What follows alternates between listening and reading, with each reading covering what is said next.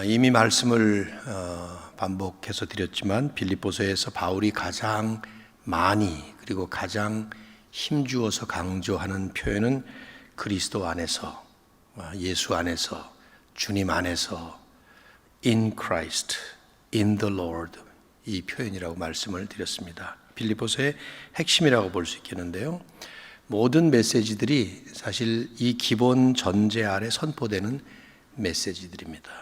하지만 이제 4장에 들어오면서 우리가 또 그걸 한번 확인하게 되는데, 빌립보서의 마지막 끝에 보면은 19절과 20절에도 그 말씀으로 마감을 하죠. 나의 하나님이 그리스도 예수 안에서 영광 가운데 그 풍성한 대로 너희 있을 것을 채우시리라.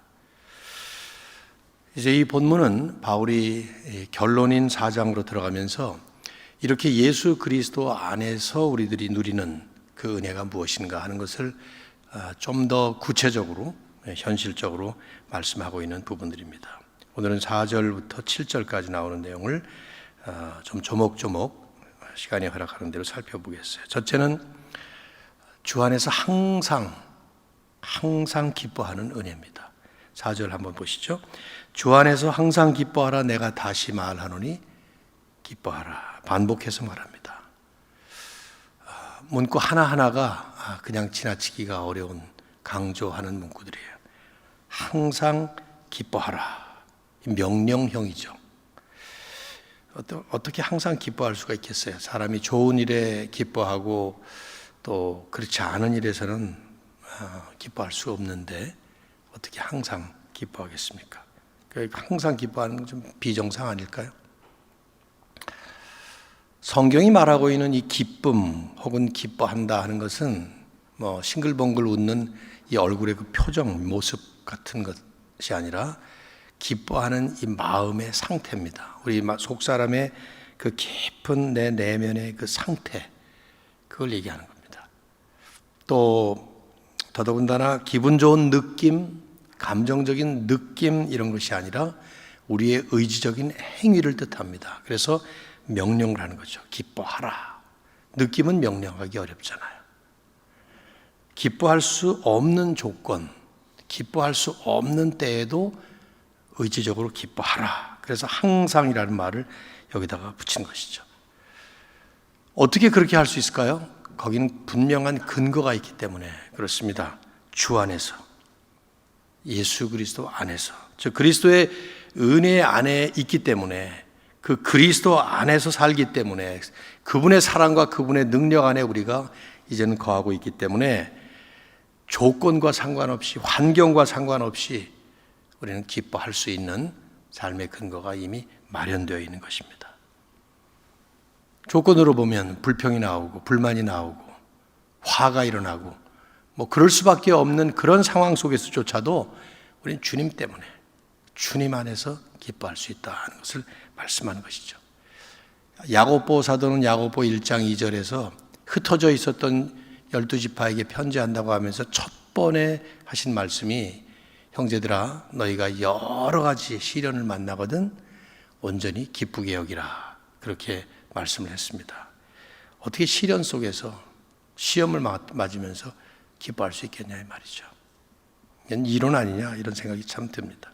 그러나 이것이 바로 복음으로 거듭난 은혜 받은 우리들의 축복 중에 축복입니다. G.K. 체스터턴이라고 하는 영국의 문인, 크리스찬 문인이죠. 그분은 이것이 바로 크리스찬이 받은 엄청난 비밀이다, gigantic secret of Christian life, 이렇게 표현을 했습니다. 그러므로 우리의 기본적인 삶의 모습이 기뻐하는 삶이 되어야 될 겁니다. 구원받은 백성들의 삶의 그 기본, 그것이 항상 즐거움과 기쁨이 우리 가슴 깊은 곳에서 나와야 되죠. 예수 믿는다고 하면서 그 삶이 기쁨이 없이 항상 이렇게 찌푸러져 있는 것은 그건 좀 문제가 있는 거예요. 사실은 말씀드렸듯이 이제 얼굴 표정만 얘기하는 건 아닙니다. 뭐 어떤 사람은 그냥 웃는데도 찌푸려 있는 사람이 있을 수 있겠죠. 자기 모습 자체가 말이에요. 그런 걸 얘기하는 게 아니라 마음의 상태. 그러니까 얼른 생각하면 그리스도인의 삶이라는 건 항상 어떤 도덕적인 윤리적인 삶의 기준을 맞춰놓고 거기서 잘못하지 않고 잘하고 올바로 살고 뭐 이런 거 정도만 생각하기 쉬운데 사실은 우리의 삶이 기쁨의 축제가 되어야 되는 거죠. 그러니까 교회도 이런 분들이 모이기 때문에 주일마다 뭐 언제든지 모이면은 교회 공동체의 기본은 축제가 되어야 됩니다. 축제.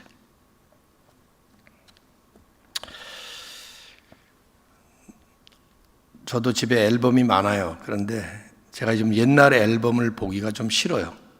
옛날 앨범을 보면 사진도 흑백 사진이 많고 왜 이렇게 표정들이 어두운지 모르겠어요. 무슨 중학교, 고등학교 졸업 사진도 있고 대학교 졸업 사진도 있고 그런데 보면 이게 뭐 어디 교도소 출감 기념 사진 같이 다 찌푸려 있고 여럿이 찍었는데도 그래요. 나뿐 아니라 그 시대가 좀 그랬던 것 같은데 우리의 삶의 기본은 기쁨입니다. 항상 기뻐하라. 다시 말하노니 기뻐하라. 외우시면 좋겠어요. 둘째로 모든 사람에게 관용을 베푸는 은혜입니다. 5절 보시면 같이 읽어보시죠. 여기 떴으니까요. 시작. 너희 관용을 모든 사람에게 알게 하라. 주께서 가까우시니라. 관용이라는 말 참 번역 잘했어요. 영어 성경을 보면 어떤 성경은 gentleness, 어떤 성경은 forbearance 이렇게 gentleness 그러니까 자비. 근데 forbearance 하면 용서 뭐 이런 말일 텐데 우리말은 관용, 관대하게 용서한다. 이 헬라의 원어를 잘 의미를 살려서 번역했다고 생각합니다.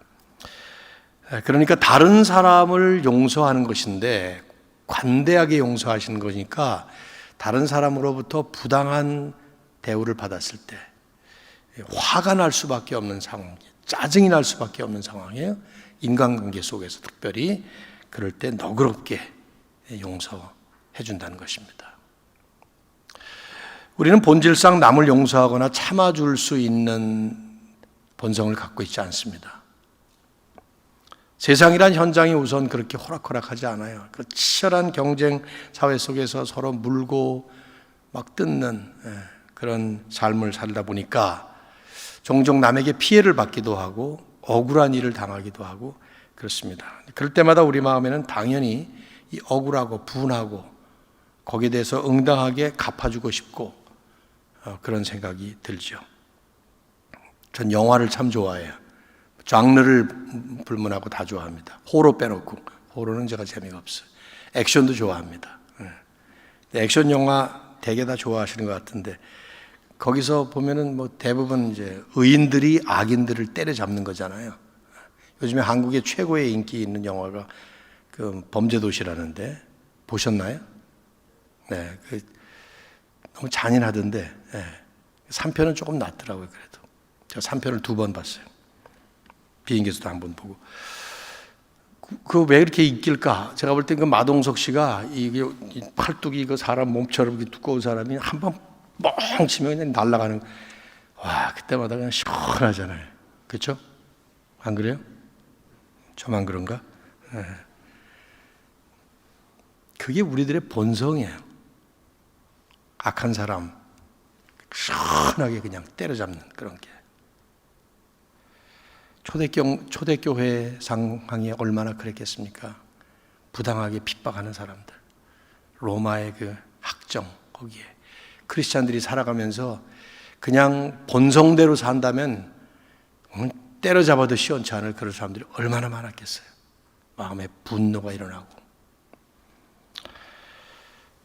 그래서 우리가 남에게 관용을 베푼다 하는 것은 사실은 본능적으로는 불가능한 일이에요. 적어도 우리는 눈에는 눈, 이에는 이로 갚아야 되는 사람들이죠. 근데 주님은 오른편 뺨 맞으면 왼편 돌려대라.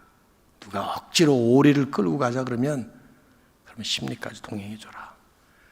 1번, 2번, 10번, 20번에 70번씩 7번이라도 용서해줘라. 이런 거의 불가능한 얘기를 하시는데 어떻게 이렇게 할 수가 있겠습니까? 역시 주 안에서 주님의 은혜가 있기 때문에 가능하다는 거죠.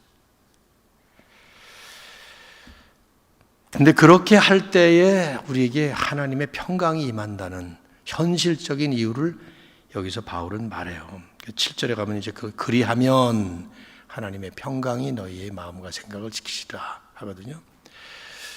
악한 사람에게 그 악에 대해서 응당한 보응을 하고 정당하게 저스티스를 발휘할 때 우리의 마음이 시원할 것 같지만 사실은 은혜 받은 사람들의 마음에는 뭔가 시원하지 않은, 오히려 답답하고 안타깝고 하는 마음이 생길 수밖에 없습니다. 용서를 해보신 경험이 있다면 그 용서 후에 우리에게 하나님의 진정한 평강이 임하는 것을 경험을 하게 됩니다. 주님께서 그것을 가능하게 하셨습니다. 복음을 통해서. 바울은 특별히 주님이 가까우시다 이런 말씀을 해요. 이게 뭐 어떤 뜻일까? 여러 가지로 신학자들이 해석을 하는, 너희 관용을 모든 사람이 알 정도로 베풀라 주께서 가까우시다. 이 말씀은 하나님이 이제 예수님이 다시 재림하실 테니까 그때 마지막 심판이 있으니까 그때 혼나지 말고 칭찬받도록 해라 이런 말씀은 아니라고 생각해요. 은혜 받고 복음으로 거듭난 사람에게 더 이상 심판이 없으니까요. 오히려 그 주님이 오셔서 우리가 완성될 것이기 때문에 여기 3장 20절에 그 말씀을 하잖아요. 우리의 시민권은 하늘에 있다. 그러면서 거기로부터 우리는 구원하는 주님을 기다린다. 그래서 주님은 만물을 자기에게 복종하게 하실 수 있는 자의 역사로 우리의 낮은 몸, 천한 몸을 자기 영광의 몸의 형체와 같이 변하게 하시리라 하는 말씀을 하잖아요. 그렇게 영광스럽게 변화될 것이기 때문에 우리는 이 땅에서 남은 인생을 살아가는 동안 복음으로 사는 우리의 삶에 계속 이 용서의 은혜를 베풀면서, 그러면서 우리의 몸이 점점 더 우리의 삶이 변화되어 가는 것을 경험할 수 있다 하는 것을 말씀하는 거죠. 왜냐하면 천국이 어떤 곳인가 이렇게 생각을 해볼 때 성경적으로 살펴보면 용서받은 자들이 용서를 베푼 그런 사람들의 모임이라고 볼 수 있습니다. 천국은 용서해야 될 일도 일어나지 않지만 이미 용서를 다 한, 그리스도 때문에 용서받은 사람들이 그 용서의 은혜를 깨달아서 그 용서가 필요한 사람들에게 용서의 은혜를 베푼 사람들이 모여서 사는 곳. 그래서 쓴뿌리가 없고 분노가 없고 화가 없는 은혜가 충만한 그런 곳이라는 것을 말씀을 하고 있죠. 말씀을 준비하다 보니까 옛날 썰렁한 조크가 생각이 나요. 어떤 남편과 사이가 안 좋은 여성도님이 천국에 갔습니다. 근데 문지기 천사가 그에게 여길 들어오려면 love라는 단어의 스펠링을 대야 된다고 그러는 거예요. 그래서 쉽잖아요. L-O-V-E, 복음의 핵심인 사랑 스펠링을 댄 거예요. 그랬더니 들어가라고. 그러면서 잠깐만 좀, 내가 여기 하도 오래 있어서 화장실을 좀 다녀와야겠는데 여기 좀 지켜달라고. 내가 어떻게 지킵니까? 그랬더니 어렵지 않다고. 들어오는 사람한테 love 스펠링 물어서 그거 되는 사람이 있으면 들어가고 못 되면 못 들어가는 거라고 이렇게 했는데, 그래서 거기서 하는데 저 멀리서 남편이 오는 겁니다. 그 왼수 중에 왼수로 살았던 이 땅의 남편이 거길 들어오는 거예요. 아니 저 인간하고 살기 싫어서 여기 왔는데 저기 들어오면 어떡하냔 말이죠. 앞에 오니까 러브 그랬다가는 들어갈 것 같으니까 차이코프스키 스펠링 대박 못 들어가게 하려고. 옛날에 제가 들었던 썰렁한 조크인데 아재 개그가 돼버리고 말았는데, 하나님의 용서를 내가 받았기 때문에 누구라도 용서할 수 있는 거죠. 충분히 가능합니다. 내 힘으로 하는 게 아니니까요. 우리 힘으로는 절대로 못하지만 복음의 은혜가 있기 때문에 용서할 수 있습니다. 해보십시오. 안 되면 기도할 때 말로라도 해보십시오. 너희 원수를 사랑하라, 너희를 핍박하는 자를 위하여 기도하라. 주님이 이렇게 말씀을 산상수훈에서 하셨는데, 그 말씀을 가만히 곱씹어 보면 어떻게 우리가 원수를 사랑할 수가 있겠어요? 그런데 그 다음에 따라오는 말이 너희를 핍박하는 자를 위하여 기도하라. 어떻게 기도해야 될까? 저는 그걸 구체적으로 실현해 보려고 이 기도를 뭐라고 하라 그러는 걸까 했는데, 살아보니까, 그리고 그렇게 해보니까 결국 그 기도는 나를 위한 기도더라고요. 내가 기도한다고 원수가 변화가 되는 거 어쩌다 있을 수는 있는데 잘 안 돼요. 그런데 나는 변화가 되고 있는 것을 경험을 하게 됩니다. 어떨 땐 놀라게 돼요. 내가 어떻게 이 상황에서 지금 분노가 일어나지 아니하고 용서를 할 수가 있지 하는 것 때문에 놀랄 때가 있어요. 그게 내 힘이 아니라 내 안에 계신 주님의 성령께서 이루시는 역사인 것을 경험하게 됩니다. 부인을 용서하셔야 됩니다. 남편을 용서하셔야 됩니다. 목사님은 나 같은 경험 안 해봐서 그래요. 그런 말 많이 들었습니다. 나처럼 맞고 살아보세요. 용서가 되나? 안 되죠. 그게 되겠습니까?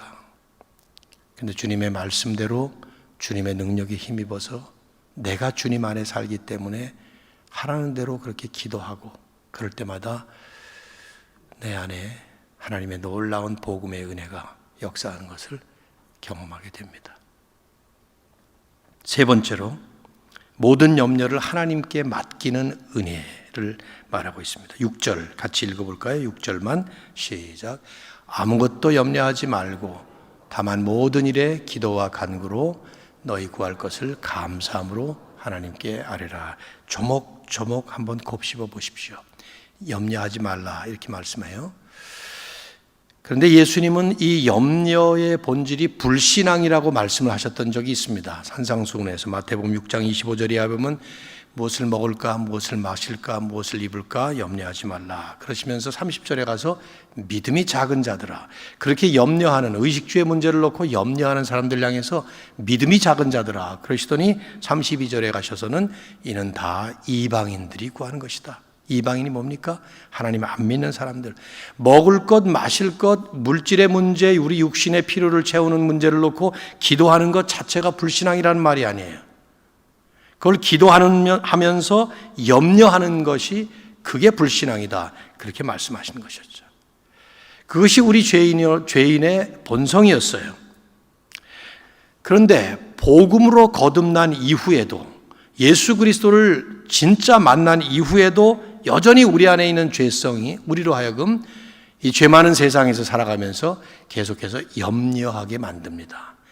염려거리가 수도 없이 많으니까요. 그래서 바울은 말하는 거야. 아무것도 염려하지 마라. Do not worry about anything. 아무것도 염려하지 말라. 그리고는 결론은 모든 것을 하나님께 맡기라. 이렇게 말씀하는 거죠. 또 어떻게 합니까? 바울은 사실은 구체적인 일종의 그 프랙티컬한 가이드라인을 주는 것 같아요. 모든 염려거리를 기도거리로 만들라. 이렇게 말씀하는 것 같습니다. 그래서 모든 일에 기도하라 하고 말씀하는 거죠. 이 모든 일에 기도하라. 아무것도 다 염려하지 말고 다만 모든 일에 기도하라 하는 이 말씀은 기도가 행위가 아니라 삶이라는 것을 분명하게 말씀하고 있어요. 우리의 모든 범사, 우리가 살아가는 삶 전반에 걸쳐서 그 전체를 다 하나님께 맡겨서 하나님을 신뢰하면서 살아라 하는 것이죠. 베드로도 베드로전서 5장 7절에서 그 말씀을 했죠. 너희 염려를 다 주께 맡기라. 이는 그가 너희를 돌보심이라.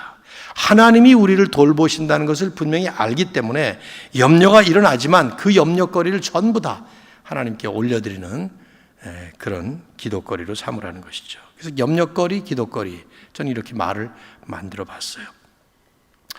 그래서 이런 특별 새벽 기도의 의미는 행사로서의 의미보다 이런 것이 계기가 되어서 우리가 기도 생활을 하는 삶의 계기가 마련되면 좋겠다는 생각을 합니다. 모든 교회들이 특별 새벽 기도 참 많이 합니다. 저도 특세 강사로 많이 불려다녔습니다만은, 근데 이제 그때마다 그 생각이 드는 것이죠. 이렇게 특별 새벽 기도에서 특별히 기도하고 끝나는 게 아니잖아요. 항상 우리는 기도하는 것 아닙니까? 그래서 기도의 삶을 만드는데, 특별히 이제 오늘 본문을 가만히 곱씹어 보면 기도가 응답되기 전에, 문제가 해결되기 전에 먼저 감사하면서 기도하라고 말씀을 합니다. 감사함으로 아뢰라. 어떻게 감사를 응답되기 전에 합니까? 여기에 바로 예수님 주님을 신뢰하는 그 진정한 신앙의 모습이 있는 거죠. 하나님이 알아서 하실 거니까. 마태복음에서 예수님은 그런 말씀도 하지 않았어요? 너희에게 있어야 할 것을 구하기 전에 이미 아신다. 하나님이. 그러니까 너무 중언부언하지 마라. 그렇게 이방인들이 하는 것처럼 그 주문 외우듯이 그렇게 하지 마라. 그런 얘기를 하셨어요. 이미 있어야 할 것 다 아신다. 다 아시는데 왜 우리 보고 또 구하라고 그럽니까? 우리의 기도 생활 자체가 하나님이 다 알아서 선하신 하나님의 섭리 가운데 다 이루어 주실 것이겠지만 그 과정 속에 그 하나님께 맡기는 믿음의 자세이고 또 그렇게 함으로 인해서 하나님이 우리에게 응답을 해 주시는 것들을 우리는 은혜로 또 경험을 하기 때문에 그렇습니다. 기도하지 않으면 하나님이 주신 줄 모릅니다. 그러나 기도하면 이것이 하나님이 주신 것을 더 깊이 깨닫게 됩니다. 주기도문 안에 우리의 일용할 양식을 주옵시고 Give us our daily bread. 이 말 이거 왜 집어넣습니까? 우리가 일용할 양식이 지금 많잖아요. 냉장고 안에 얼마나 가득 차 있습니까? 저희 집에도 보면은. 근데 그 가득 찬 냉장고에 음식이 있는데 그걸 놔둬놓고 뭘 또 일용할 양식 달라고 기도합니까? 그 기도의 가장 궁극적인 목적은 뭐냐면 일용할 양식을 주시는 분이 하나님이라는 것을 깨달으라고 일용할 양식을 주옵소서라고 기도하라는 거예요. 그 기도를 안 하면은 안 주시는데 기도를 했기 때문에 주시기 때문에 기도를 반드시 해야 되는 율법적 행위를 강조하는 것이 아니라 그런 기도를 통해서 우리는 모든 것이 다 하나님의 선하신 베푸심이라는 것을 깨닫는 은혜로운 삶을 살기 때문입니다. 이 말씀을 보면서 우리는 염려와 기도의 상관관계를 보게 됩니다. 인생 살면서 염려거리가 한두 가지입니까? 한두 번입니까? 파도가 밀려오듯이 언제나 염려거리들이 우리 앞에 항상 옵니다. 오죽하면 예수님은 수고하고 무거운 짐진 자들아 우리를 그렇게 말씀하셨어요. 모세는 시편 90편에서 인생의 연수가 70이요 강건하면 80이라도 그 연수의 자랑은 수고와 슬픔뿐이다. Trouble and sorrow. 땀 흘리면서 수고하고 남는 것은 슬픔밖에 없어요. 그게 인생의 본질이에요. 그런 인생을 살아가니 염려거리가 얼마나 많겠냐 말이죠. 그런데 그 염려거리들을 몽땅 기도거리로 만드는 우리의 신앙의 훈련이 필요해요. 저는 이건 훈련이 필요하다 그래 생각돼요. 자동적으로 안 되기 때문에. 저는 복음으로 거듭난 진정 그리스도 중심으로 사는 삶의 핵심은 기도 생활에 있다고 믿어요. 얼마나 기도 생활을 신실하게 정말 성경적으로 바로 하는가 거기에 있다고 생각합니다. 아침에 탁 일어나면 여러분은 어떤 생각이 탁 드시나요? 여호와여 내가 주를 사랑하나이다 이렇게 고백합니까? 김동호 목사는 그렇게 고백을 일부러 한다 그러더라고요. 네. 좋은 훈련이죠. 아침에 탁 일어나면 걱정거리예요. 어젯밤에 다 완결되지 못한 문제. 그런데 그럴 때 머리 숙여 하나님을 묵상하는 거죠. 그 염려거리를 기도하는 거예요. 일하다가 떠오르는 생각, 내 생각을 사로잡고 있는 것들 일손 멈추고 기도하는 거죠. 잠깐이라도. 공부하다가 학생 같으면 잘 안 풀려요. 그러면 놓고 기도하는 거죠. 즉각 기도. 운전하다가도 그럴 수 있어요. 옆에 갓길에 세워놓든지 아니면 잠깐. 그거 몇 분 안 걸립니다. 생활 전체를 그렇게 하는 것이죠. 크리스찬들 가운데 잠을 쉽게 들지 못하는 분들이 참 많습니다. 이미 첫 번째 주일 설교에서도 그런 말씀을 드렸습니다만은 이게 체질 문제, 성격 문제 여러 가지 있을 수 있어요. 저도 좀 그런 사람 중에 한 사람인데 그러면 저녁에 잠이 안 오면 안 자면 돼요. 그리고 밤새 기도하면 됩니다. 철야 기도를 굳이 날 잡아서 할 필요 없어요. 불면증 있는 분들 매일 철야 기도 하시면 돼요. 그럼 잠이 왜 안 옵니까? 잠이 오죠. 제가 그렇게 실천을 했으니까. 저는 사춘기 때 중학교 2학년 때 아버님의 사업이 쫄딱 망해버리고 망해서 미국으로 이민 온 집인데 쫄딱 망해버리는 바람에 중학교 2학년 3학년 때 신경성 위장병으로 아주 고생을 했습니다. 위가 빵꾸가 뻥뻥 나서 불면증에 시달렸고 말이죠. 근데 그때 이 말씀을 처음 들었어요. 밤에 잠이 안 오느냐? 그럼 기도하라고 말이죠. 철야기도 많이 했죠. 그래서 생활 전체를 기도의식, praying spirit, 기도의식 속에 살아가는 이 삶의 훈련 대단히 중요합니다. 바울은 빌립보서뿐 아니라 다른 교회에도 이 얘기를 다 했어요. 데살로니가 교회에 편지를 쓰면서 데살로니가전서 5장 17절에 우리가 잘 알고 있는 말씀, 쉬지 말고 기도하라. Pray without ceasing. 멈추지 말아라, 그런 말이에요. 골로새 4장 2절, 기도를 항상 힘쓰고 기도에 감사함으로 깨어 있으라. 거기 표현이 나오잖아요. 잠자지 말고 깨어 있으라. 에베소 6장 18절, 모든 기도와 간구로 하되 무시로 성령 안에서 기도하라. 때가 따로 없다는 거예요. 무시로, 이런 말은 영어로 보면 pray at all times in spirit, 이렇게 썼습니다. 항상 기도해라. 왜 이렇게 해야 됩니까? 모든 일을 다스리시는 분이 하나님이라는 사실을 분명히 인식하는 그 일종의 신앙의 제스처가 기도입니다. 이 기도 안 하면 안 들어주시기 때문에, 이 기도를 해야만 들어주시기 때문에 내가 기도하는 것이 아닙니다. 여러분이 기도 한마디 안 해도, 단 한 번도 기도 안 해도, 특별 새벽 기도에 안 나오셔도 하나님이 알아서 다 주십니다. 그거 아시나요? 하나님이 알아서 다 주셔요. 최고로 좋은 거 주십니다. 근데 왜 기도해야 합니까? 우리의 믿음이 기도를 통해서 고백이 되는 것입니다. 모든 것을 다스리시는 분이 하나님이라는 사실을 우리는 기도를 하면서 신뢰하며 맡기는 것이죠. 그래서 기도하면서 감사, 우리의 기도의 내용 가운데 표현 속에 감사가 훨씬 더 많이 나와야 돼요. 저는 대표 기도하시는 장로님들에게 그 훈련을 많이 시켰어요. 올라가셔서 회개도 하지만 지난 일주일 동안 죄만 짓고 나왔습니다, 이런 기도도 하긴 하겠지만은 오히려 감사를 더 많이 하시는 훈련을 해보시라고요. 왜? 이미 복음으로 우리에게 주님이 이루실 걸 다 이루셨거든요. 우리가 더 첨가할 일이 아무것도 없다, 이 말이에요. 그러니 감사할 일이 얼마나 많아요. 자, 이렇게 하면 주 안에서 항상 기뻐하고 모든 관용을 모든 사람에게 우리의 관용을 모든 사람에게 알도록 모든 사람을 용서하고, 그리고 모든 일을 염려거리를 기도거리로 만들면, 7절, 그리하면, 그렇게 한다면 하나님의 평강이 그리스도 예수 안에서 너희의 마음과 생각을 지키실 것이다. 이건 세상이 주는 평강이 아니에요. 하나님의 평강입니다. 힘든 가운데도, 불안한 가운데도, 쫓기는 생활 속에서도, 도저히 평안할 수 없는 상황 속에서도 하나님께서 주시는 진짜 평강. 어떻게 해요?